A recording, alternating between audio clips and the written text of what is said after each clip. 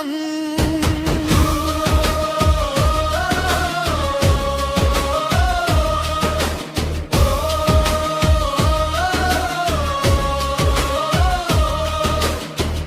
ఎత్తైన లక్ష్యాలు నీ ముందే వంగాలి, నీ విజయ గాథలు ప్రపంచం పొగడాలి.